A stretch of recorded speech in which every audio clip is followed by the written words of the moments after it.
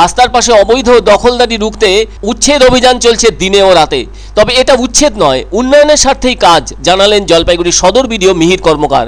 বুধবার রাতে এবং বৃহস্পতিবার বিকেল 5টা নাগাদ একই দৃশ্য জলপাইগুড়ির বিভিন্ন গুরুত্বপূর্ণ জায়গায় হকার উচ্ছেদকে ঘিরে।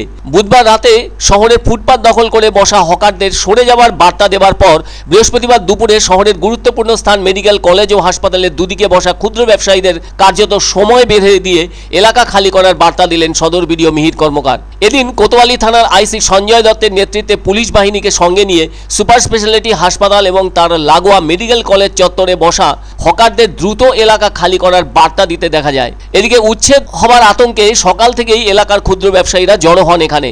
বিডিওকে সামনে পেয়ে হকারদের অনেককে বলতে শোনা যায়, আমাদের বেঁচে থাকতে গেলে এই জায়গাতেই ব্যবসা করা ছাড়া অন্য কোনো উপায় নেই।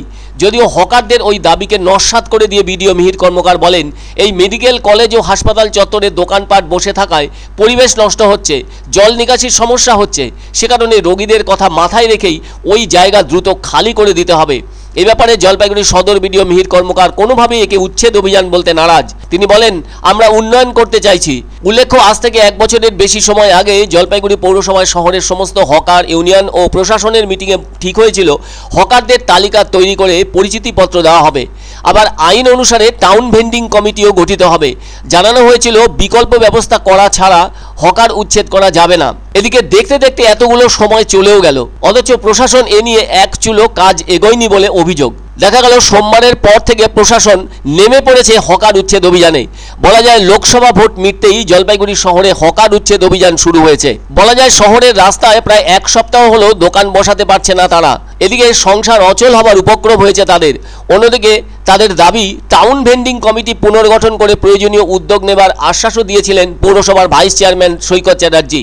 এদিকে হকারদের দাবি অবিলম্বে তাদের নির্দিষ্ট পরিচিতি প্রদান, স্ট্রিট হকার সংক্রান্ত 2014 সালের কেন্দ্রীয় আইন এবং 2018 রাজ্যে আইন দ্রুত লাগু করা, ব্যাংকের জটিলতা কাটিয়ে সহজ কিস্তিতে তাদের জন্য ঋণের ব্যবস্থা করা। তবে গত শুক্রবার জলপাইগুড়ি পৌরসভার গেটে বিক্ষোভ দেখিয়ে পৌরসভা চেয়ারম্যানের কাছেও স্মারকলিপি জমা দিয়েছিলেন জলপাইগুড়ি শহরের রাস্তায় পেটের টানে হকারি করতে বসা দোকানিরা।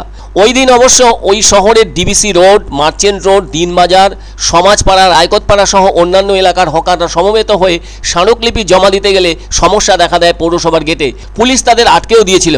শেষ পর্যন্ত ওই স্মারকলিপি গ্রহণ করেন ভাইস চেয়ারম্যান সৈকত চ্যাটার্জি। অন্যদিকে এদিন আবার জলপাইগুড়ি সুপার স্পেশালিটি হাসপাতালের সামনের রাস্তার দুদিকে অনেকগুলো দোকান গড়ে উঠেছে, যা নিয়ে সমস্যা হচ্ছে।